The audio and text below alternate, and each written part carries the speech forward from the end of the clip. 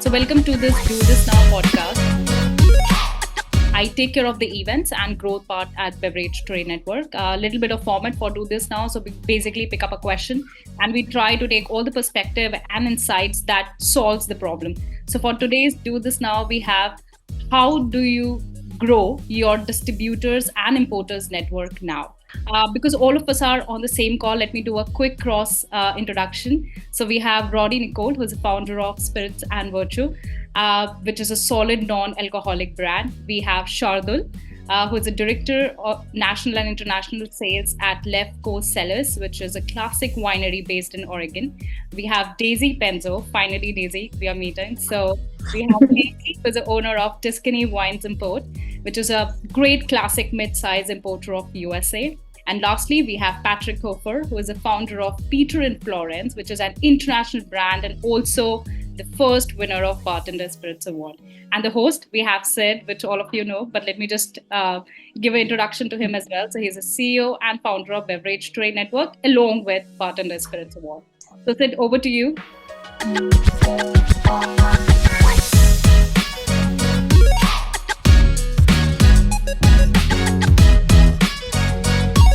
So the topic of discussion today is really, what are we doing today in current 2024 in the context in February, which is sort of, I believe, is the month to really grow your distribution, to get distributors on board. And this is a good mix of room where we have an international, supplier. We have the category in demand, non-alcoholic, where people are going to be more receptive to Roddy. We have importer, who is looking to grow state distributors in USA, let's say, in case of Daisy. And then we have Shardul, same pretty much exports and state distribution, right? So any preference? Anyone wants to raise your hand and kickstart? You're gonna have to pick somebody, Sid.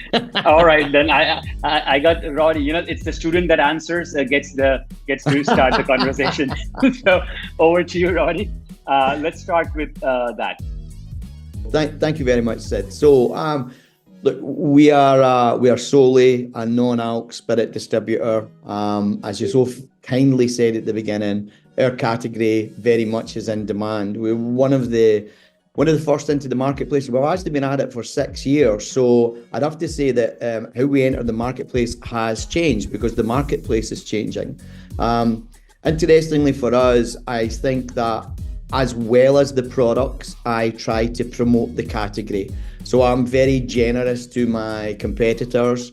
And I think most of my time is actually spent at this moment trying to get people to see the size of the opportunity. Now, this has changed for us very much so. I mean, the beginning of this year has been absolutely crazy. But it's really about us taking our experiences in the UK. And no disrespect to people elsewhere in the world, the UK is the most aggressive and the most defined no-low market. We have all of the major retailers have taken positions, have no-low shelving. They have offerings across wines, beers, spirits, ciders. And therefore, I think that, say, for instance, in the States, where we've just launched, 2 years ago, I was knocking on lots of doors and people were polite and they knew about the category, but they weren't prepared to take a position. That has changed so much this year. Now we have people knocking on our door.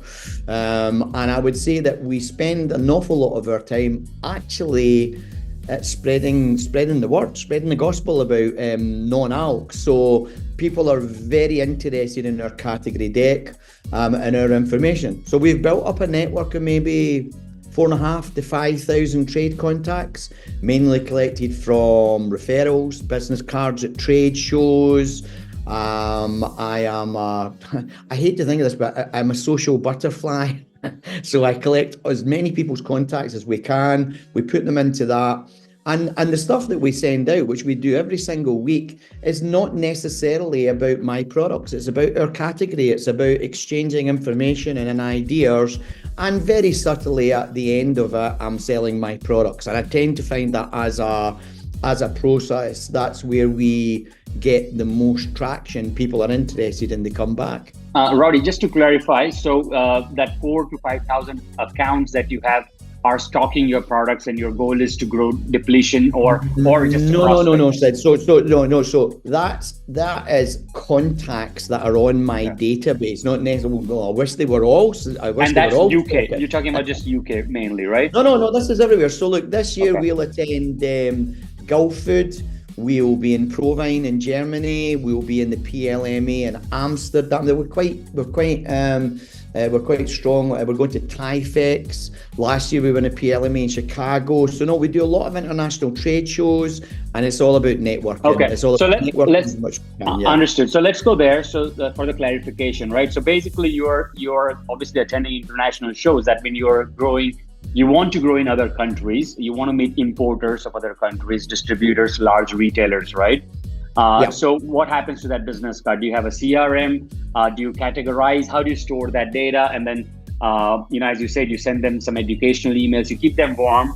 And then do you make a call? Just go a little more tactical on what happens with that data. It's very much a case of we use tracking software. So we know when somebody's opened an email, we know when somebody's passed it on to somebody else. And that gives us our hit list, if you like. So the guys, our open rate on our email at the moment runs at 40+%. Now, I don't know what everybody else hits with theirs, but we get 40% opens on a typical weekly email. And I think it's because it's 70% category data, positive category data, and less about me and less about the company. So that information, when people get the e-zine or whatever you want to call it, that we carefully curate, it's an interesting read. And I have to be honest with you, I will promote my competitors within that as well. I think it's an important part of developing some sort of neutrality about the message. And so therefore I can see when people have opened it, I can see when they've passed it on. The guys then pass it on to my commercial guys, and then we'll then make the calls based on that data. Now, it's not so much a cold call now, because now I know that X buyer at particular retail outlet has opened the email 17 times and passed it on 15 times. Very difficult for them then to deny that they're not interested in what we've got to sell. So we're already pushing at a kind of semi-open door. And then from that point onwards, it's really about our product information and decks, and they're very, very comprehensive again, very pictorial, but they're also, there's lots of category information and data based on that. What do you include in your deck, especially for the importers? Look, price is important. There's no two ways about that. I like to get two things out the way first. First of all, I like to find out that somebody's interested in the product. And once I've done that personal call, and this is the one where we move from analytical to intuitive. I'm on the call generally for Zoom Teams because they're mainly international. You just get a feel for something. You get a feel whether or not somebody is worth investing the next stage. For me, and it's an expensive stage, it's liquid on lips. I have to get my product in front of them. I have to get a perfect serve, and I have to get their once they've tasted it. If they buy in at that point, then we move on to the more commercial end. I always think I like to get that part out of the way at the beginning, rather than get the commercial and get to the point where you make the investment in liquid and lips, and they go, oh, actually, I don't like the product, or I would rather see this. So I like to do it that way round. For me personally, it shows confidence in the product. I'm very happy. I don't lose many pitches at that point. And then we move on. And I have to be honest with you, Sid, there, we've got a philosophy. We've worked a lot on some very comprehensive decks and software. And if I give you, for instance, the American marketplace, we'll do a lot of investigation, look at the price point we want to enter the marketplace, and then work our margins back the way. Margins are really important.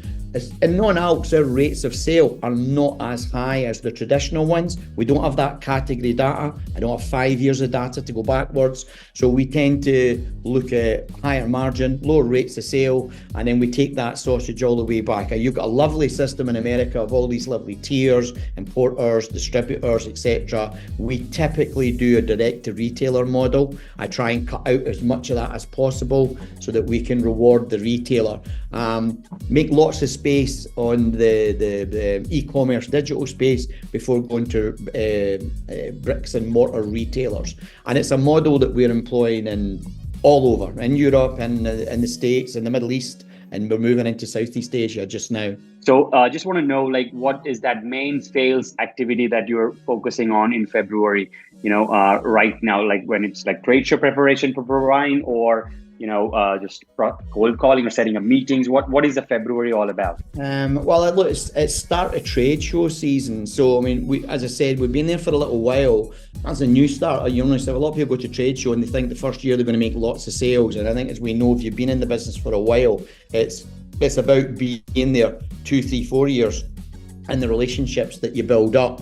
So we've checked back. I mean, from our first point of contact with somebody saying we like your product until we make a sale, it's typically 11 to 12 months. So really, it's about feeding that pipeline as much as we possibly can, but it takes a year. And we do a lot of private label stuff for big retailers, and those are 18 months to 24 months projects. So really, this is about following up and then starting to feed that process. But the more, the adage, the more arrows that fire at the target, the more chance we've got hitting it. So we always keep building that sales pipeline as much as we possibly can, and harder we work, luckier we get. So that's a glib way of saying it's about completely forcing it into the mincemeat, because it comes out at the other end. True, I'm a big fan of that word. Harder you work, luckier you get.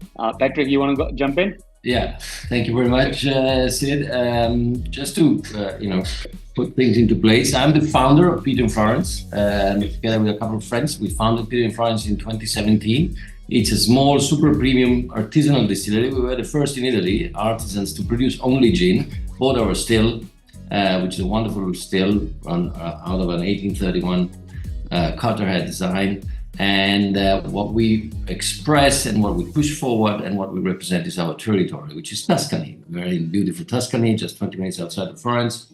And so we are into a very competitive market. Since we started, we are amongst the only ones, or few ones in Italy. Now I think there are more than 1,000 Italian gins out there on the market. So the situation has changed a lot. But as we are one of the few ones who produce ourselves, and we don't have other products, we have gin and a few extensions on their brand. For us, it's very important to push forward our long time view of creating a brand value which is unique. Nowadays, most of our market is Italy, and we do export, and we're very interested in exporting. But we recently got our suspended duty license to not pay duty in Italy, also with the products we export. And we started selling in the United States, in the East Coast mainly, as well as Germany, various European countries, and Far East like Thailand or other countries. And export is the way to go for the next years. So in Italy, for the moment being, the way we have pushed forward is basically number one, unique product and territory. So we have our own botanicals, we grow our own botanicals. You know that best juniper in the world is the Tuscan juniper, and we are lucky to have all the hills around our farmhouse filled with juniper, and we planted some of our juniper.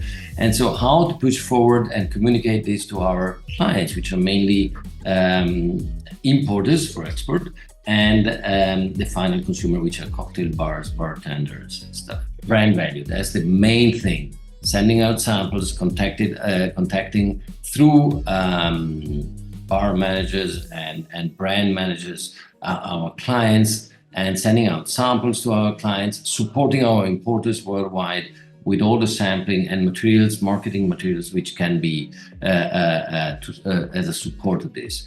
We do quite a few shows, both in Italy and abroad, mainly in Europe, like the Berlin Bar Convent, where we've been participating for the last 3 to 4 years, and we will participate again in the coming years. So creating a long time standing brand value for a gin, which even if, as we all know, the gin phenomenon is still, and super premium, like our gins, super premium gins phenomenon is still growing and will grow for the next years. But we want to be here for the time to come and in the long run.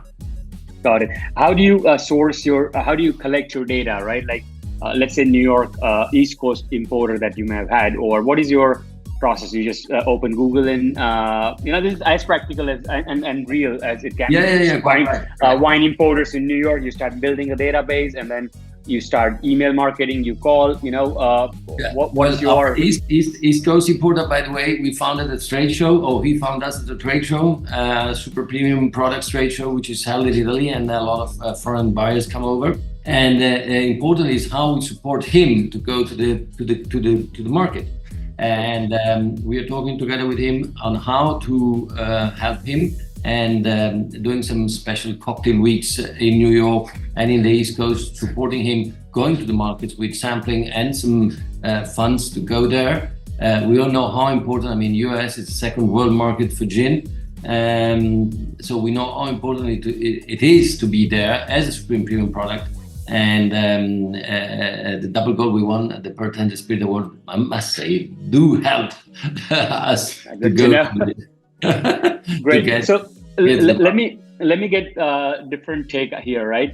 If you were to target Japan or UK or any country you pick, right? What would you do? What would be your game plan to find an importer? Well, two ways. First part for me is always the most important one. Also in the other businesses I have funded and pushed forward is trade shows, the appropriate trade shows where the right buyers come over, both in Italy, as we have such a unique territory and that has so much to say, and so many people come and buyers come from abroad to find and source directly their product, and especially premium product, super premium product that they know that they cannot find in their market. And second, trade shows, but abroad. So in Germany, like Berlin Bar Comet, which I think is #1 trade show in Europe for super premium spirits, and similar. Great. We'll come back later on that, Patrick. Yeah. Shardul or Daisy, anyone wants to give it a crack? Shardul? Yeah. I'm happy to jump in. Yeah. Thank you, Sid. Thanks for having me. Cool. Thanks. Good to meet everyone else here too. Thank you. Now, coming from Oregon and being based in what is essentially the biggest market for wine, we're kind of stuck in our bubble. So I'm going to speak more on my expertise as a wine producer, with the US being our biggest market, even though we do export. But, Roddy touched on the 3-tier system, and that is so important to, be aware of, not just in terms of how you perform as a supplier, but also your distributor, where they sit, what they need and want to succeed. Now, 2023 was a tough year for distributors, and more so for us out of Oregon. A lot of headwinds, very dynamic marketplace, almost like a roller coaster, where some months were fantastic and some months were disastrous. So you have to look at distribution, at least in the US, from two different lenses. One, of course, is your own lens as a supplier and a producer, but the other is also from a distributor lens. You need to understand what they're going through, what trends they are facing, and how you can help them. And that's how you become valuable to your distributor. This is such a relationship-driven business that you must have your top 5 distributors essentially on speed dial. You have to have that relationship. So for me as a supplier at the top of the 3-tier system, selling to a distributor, for me, positioning is extremely important. Where do I fit? Not only in the distributor's book, but also on the shelf. How do consumers perceive me? How do I get my pricing right? How am I in the right pods to get the right visibility that I need for my brand? Now, we are not, a massive producer. We're a relatively mid-sized winery. We do about 25,000 cases. So we're not able to basically quench the thirst that RNDC or Southern would have for the big volume players, which is their bread and butter, let's be clear. So I go looking for boutique distributors, family-owned distributors, smaller distributors that can give me the placements that I want. I don't want to be everywhere because I cannot sustain that. I need to be at the right places, attracting the right eyes. So that's my positioning. Now with distributors, what's happened is with that kind of roller coaster that I talked about of 2023, there's a lot of up and downs in terms of their positioning, their cash flow, their ability to hold and buy inventory. And so having understood that, what's really important in today's day and age is flexibility, not just in terms of pricing, but also in terms of what you offer your distributor, incentives, depletion allowances, et cetera, et cetera. So, for me, coming out of Oregon, where we've had 3 really difficult vintages since 2020, inventory was always an issue. That's not an issue anymore. But how do I support my distributor? How do I attract new distributors?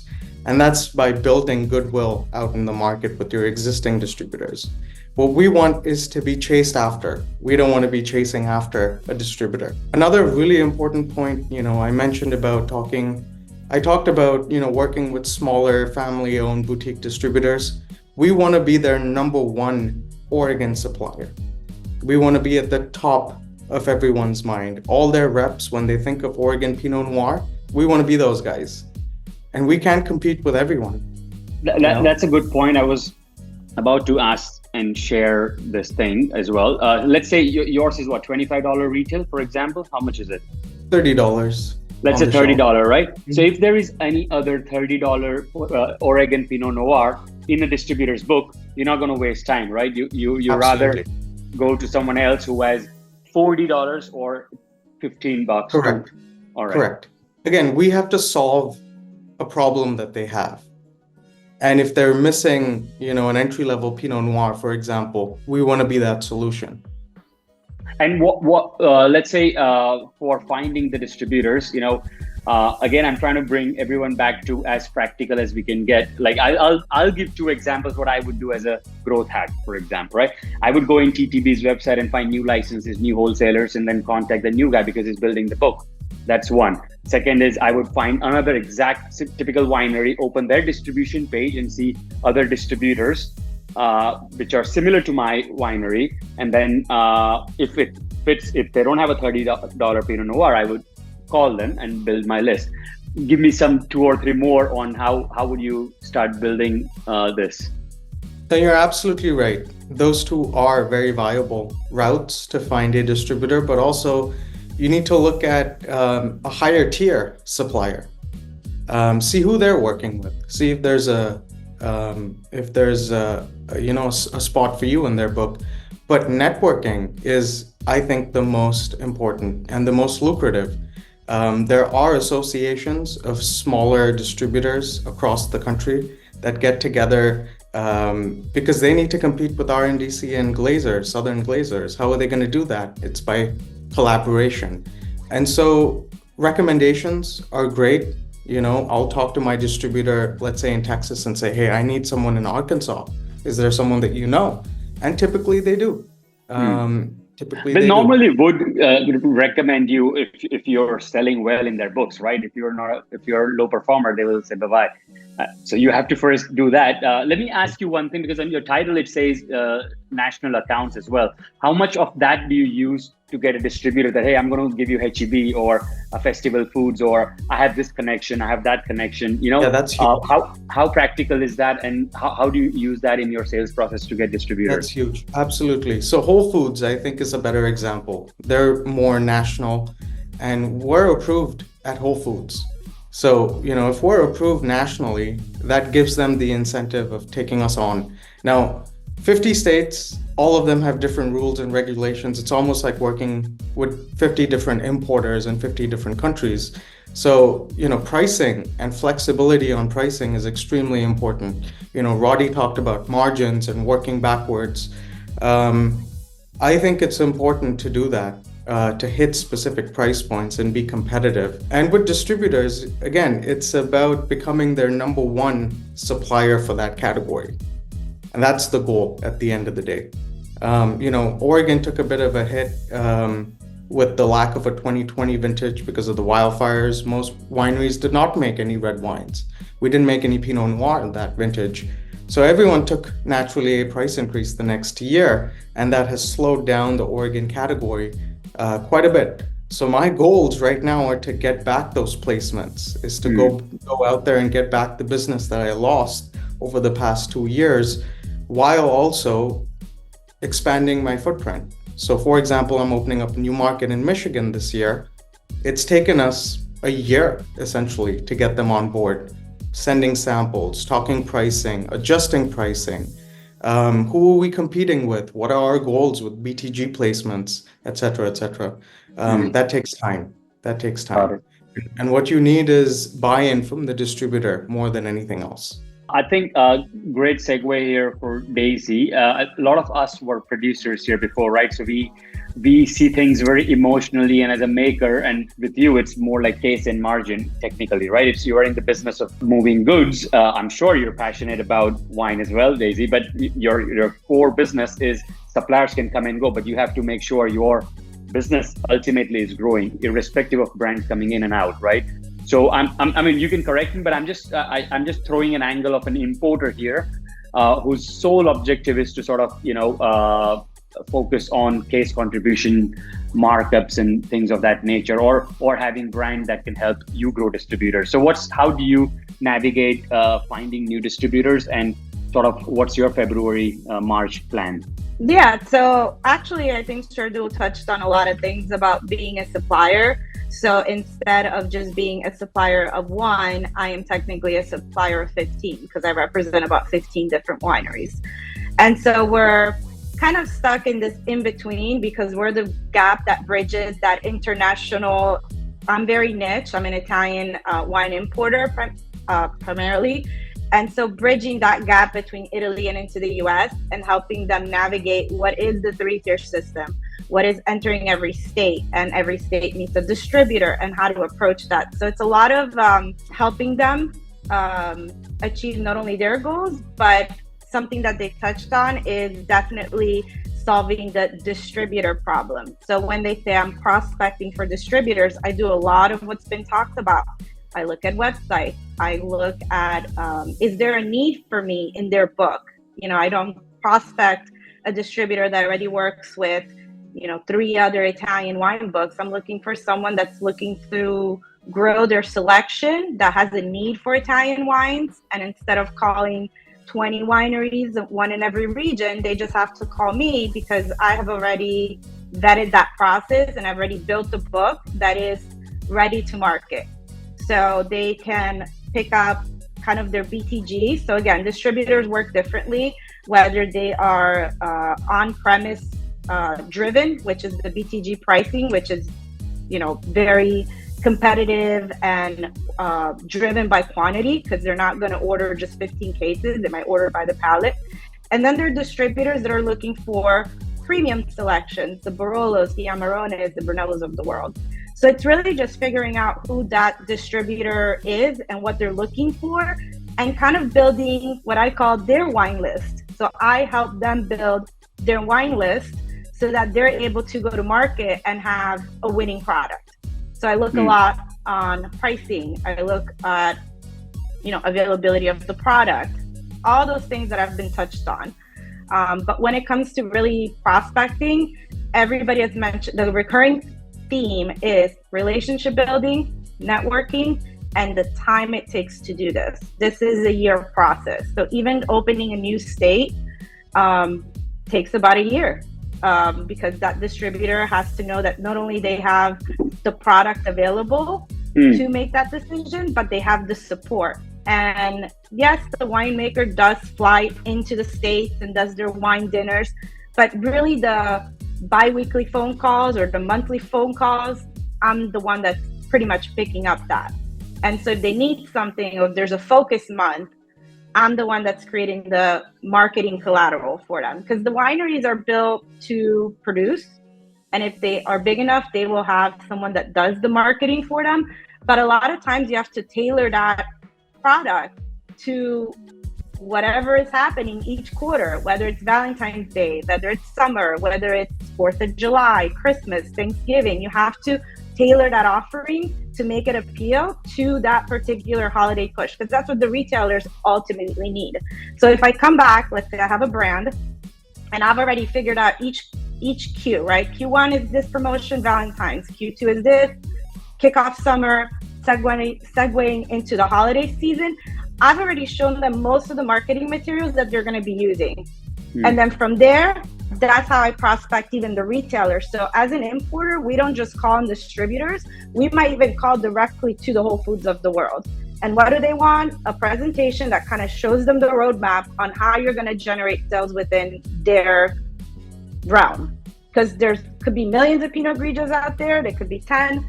And so it's like building that program directly for them. And I think in a way, I feel like I'm a bit of a disruptor because I think differently on how to approach this import business.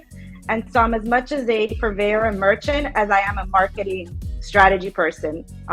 That's how I build my business. And so, for example, like they talked about relationship marketing, right? So building that good faith that I'm going to be able to take care of you guys, that I'm going to have the product here, that I'm already prospecting what your volume. So depletion reports, super important. It helps me figure out how quickly you're going through my product, how many new restaurants you're opening or accounts, and what you will need to support that. Because the last thing you want to do is worry about Daisy running out. So I do all that. And I think that brings tremendous value. And I feel that it's not being talked about enough. It's just, you know, the moving of the product. Yes, the margins are important, but I think the support that we bring the international Italian wineries into the market, it's what we bring. It's what I technically think I bring out there. 100%. I think when an importer looks for another distributor, like how Shardul would just look at one SKU gap, right, to find if it's a fit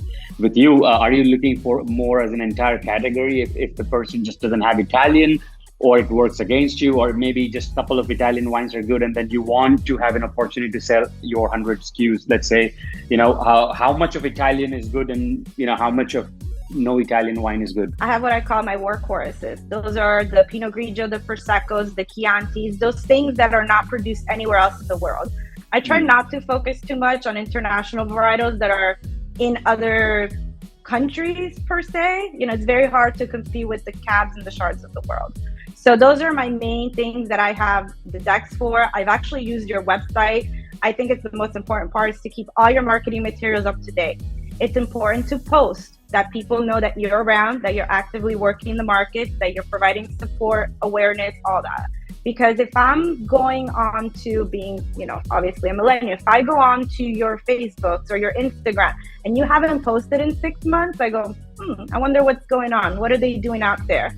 It's kind of like when you go to the gym. If you don't post it, maybe it never happened. So it's really important to, you know, create content so that it creates awareness. It lets you know that you're working, and that helps, you know, kind of push the product along. So I'll ask one question and everyone can just answer. That way we can just have 3 or 4 more direct fun questions. Yeah, so it's just a nice some questions I've written here.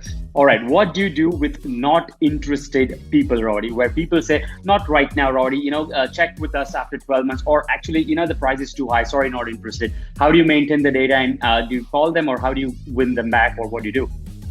I just never give up, Sid. Once you're in my database, you're not getting out. I just keep coming back. We change the offer, we go back, and I never leave them alone. That's really what it is. I just don't take no for an answer. It's a very glib thing to say again, but that's where it boils down to. You know, their position could change, they move on, they go somewhere else. I never lose them. They're always there. Very nice. How about you, Patrick? Absolutely. We will chase them for sure. But first thing is to have your client or whoever you have on the other side understand the value. I mean, we're a super premium chain. There is a very definite market for super premium chains. The value we have is quite unique, and we have to be able to guarantee to you as a distributor to make the right margin and the right volumes also, because, you know, you don't live out only about margin, but also you live out of volumes. And then you can support this growth. And the moment you start with marketing support, bonuses or whatever, but the first thing, and have your client understand that the value that you have is unique and that there is volume to get out of that. And if they don't understand first time, you have to push forward and call again and keep it going, for sure. Got it. Shardul, what do you do with your not interested? Obviously, it depends on the customer, how important they are for your brand. If they're worth it, then for sure, it is very important to take Roddy's approach, which is never give up, get back to them with a better proposal. But also, speaking to Patrick's take is it's so important for them to understand your USP, your unique selling proposition, and for them to buy into that. So unless they understand what you're trying to sell them and why, and if they refuse to do so, then, it's always very difficult. But it's my job to make sure that they understand. How do you maintain this? Like just an Excel sheet, or you have a CRM? Right now it's an Excel sheet. We want to, move over to something more sophisticated. And then you I just for everyone, I had my own wine brands and I built 100,000 case business distributions. I have a date, 18 January follow up with a simple comment, right? Is that how you write? Pretty much, yes. Okay. We do need to make it a little more sophisticated, but it is what it is. and then when you're burnt out with your prospects, you go into this golden database of not interested and you do little mingling, right? Hey, what's up? Happy Thanksgiving and all that stuff. Correct. Okay. Daisy, how about you? I would probably run into them at some point or another. I would just say, if it's, like I said, if it's no today, doesn't mean it's going to be no tomorrow. Even when I'm submitting products to, let's say, multi-chains, as long as they give me feedback, that's the most important part. They said no, you get discouraged, you walk up, get yourself a coffee, come back, sit down and say, hey, can you give me some valuable advice as to why you said no? Was it a pricing issue? Was it a not right now? And that provides me feedback to come back to and say, okay, maybe next time or next round, this is going to be my selling proposition to them. And maybe between the 6 months that we haven't spoken, they might have lost their pricing on a Prosecco. And now they're seeking a Prosecco. And guess what? I pop back up and they say, as a matter of fact, I was looking for a Prosecco. So never let those leads go. Like they said, keep reeling them in. In a sense, though, don't be invasive. Like one of those things that on LinkedIn, for example, I get tons of these like recycled or ChatGPT like type of messages. I would hate to do that to someone because I notice them doing that to me. So always make sure that if you are about to message someone, be a real person. Hey, I've noticed this, or you don't have this in your book. Would you be interested in looking at what I have to offer? And just go from there. Just kind of build upon that relationship, because we're not in how do I say it? Like, our product can be in demand, but it's sometimes not a priority. And so we have to be out there kind of, hey, by the way, if you're going to do this, make sure you choose mine. Another question now. What would be your email title? How would your email title look like when you're writing an email to a prospective distributor? And what would that first paragraph look like? How she said, hey, we might be a good fit in your port. Like, just give me a little meat there, Roddy. Well, as I said, I think we take a slightly different approach to things. And as I said, I'm generally exchanging general category data.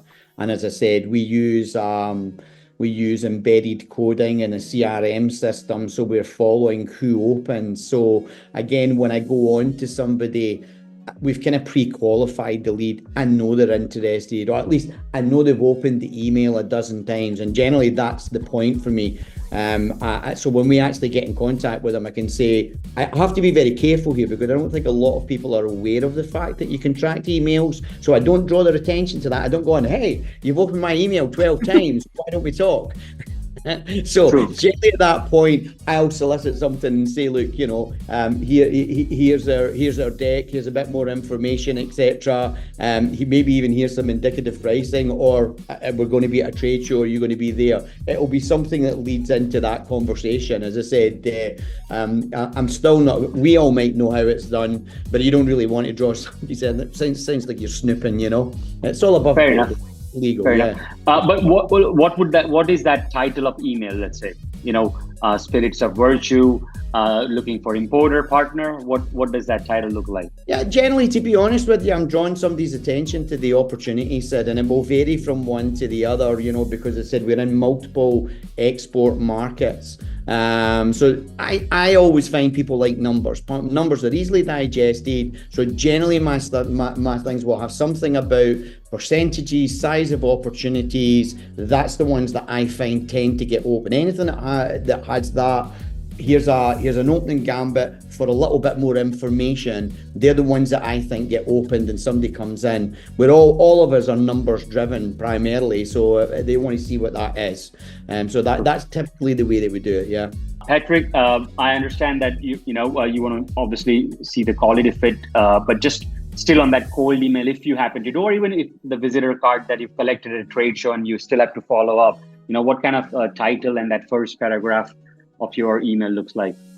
I think gin in this moment is very much similar to wine. So what happens, you need to really explain the difference between yourself, your product, and somebody else. When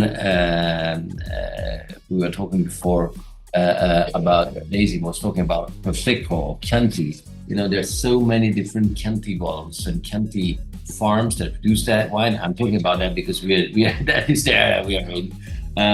Or if you talk about Prosecco, how can you explain the difference between my Prosecco and your Prosecco? How can I explain the difference between my gin and your gin, or somebody else's gin? So having the possibility to explain the product is the number one topic, and have your client involved in that. So pushing forward the unique storytelling you have. So I don't send the email, I'm the founder, so I cannot really reply at your exact question, how would you name that email? But the point, very important point, is the uniqueness of our product. We are lucky because we have a unique product. We have a unique storytelling, but not only the story, but the real reality behind our brand and our product. So how to push forward that is the main point. And I think the main and most important way is definitely the storytelling, working with the mixologists, the liquor stores, the bar managers, the consumer, and work with brand ambassadors who can explain the land, the earth, the botanical, where we grow our product, why our botanicals are different from other gins, and what is the difference between us and everybody else. True. I don't know if you've tested number one drinks by bartenders, right, Patrick? You got to test some email titles out there. Yeah. Cool. Shardul, how about you? Just on some tactical stuff which can get some nice open rates and get the person reading the email. I think distributors really appreciate the fact that you've done your homework before you reach out to them. So if you can communicate that in your email, it's definitely going to get the eyeballs that you're looking for. So like I was saying before, if they're missing an Oregon Pinot Noir at a specific price point, that's going to be my title of the email. I've got, a Pinot Noir at X dollars for you. It shows that I've done my homework. It shows that I'm trying to solve a problem for them and that I am their solution. And then of course I'm going to talk about the product, why we're unique. Like Patrick said, I think each one of us believes that our product is unique and special and better, whatever the case might be. So it's about solving an issue, but also giving them more information to help them make that decision. Got it. I think, Daisy, what kind of emails you open more from suppliers? Well, interesting enough, my titles of my emails, I always say hello from Daisy, or hello, it's Daisy. So I put myself out there so it doesn't sound like a generic email. And then if it's a first time I'm approaching somebody, I would say something along the lines where a family owned and operated import company, just like yours, restate the values that they show on their website if they're aligned with yours. So now we have a common thread, and then go into, I noticed that there might be an opportunity for this. If you think as well, let me know. And that's kind of how I start. I make it really personal and approachable because I am writing all those emails. I don't necessarily, like when I say AI and, ChatGPT, they could give you kind of a guide of what to write. But at the end of the day, personalize it that it's your voice. So a lot of the times when I write emails, you can hear me speak because I try to write in the way that I speak. So I always make them as personable as possible. If we have connected in the past, I try to tie in where we met, time and place. It was a pleasure meeting you at X, Y, and Z event. We've had some great conversations. Just to follow up, do you think, do you know?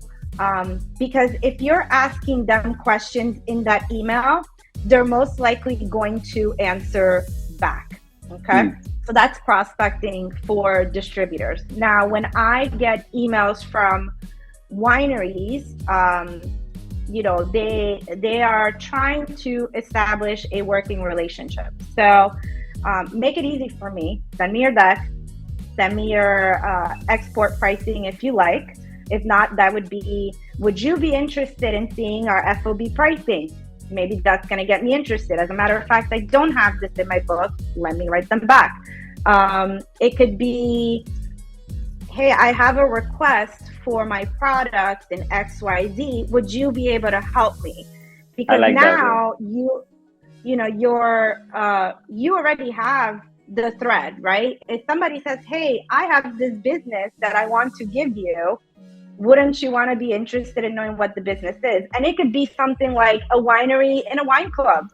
They need help with fulfilling their wine club order. So you'll bring it down for them. And I say this because I'm an importer, but in my own state, I'm allowed also to be a distributor under the same umbrella. So I can import, clear my own containers, and I can directly distribute to on and off premise licenses. So I had this instance when someone reached out to me, interesting enough, from Oregon, and they had wine club requests that they had to fulfill. And after a few conversations, not only did I help them with that request, but I put them in rotation in my distributor network, in the sense that, well, not distributor, on and off premise. So then when I talked about this amazing person, wouldn't you want to taste their products and put him on your list? And I was able to put a couple BTGs. I was able to put her on a couple of shelves, all because they had a request or a need that they needed to fill. And I was able to do that. So again, ask the person that you're writing the email questions so they would want to respond, whatever it is that you want them to answer you back. And then if you're prospecting something and you know you have business in that state that you need access to, ask them for help.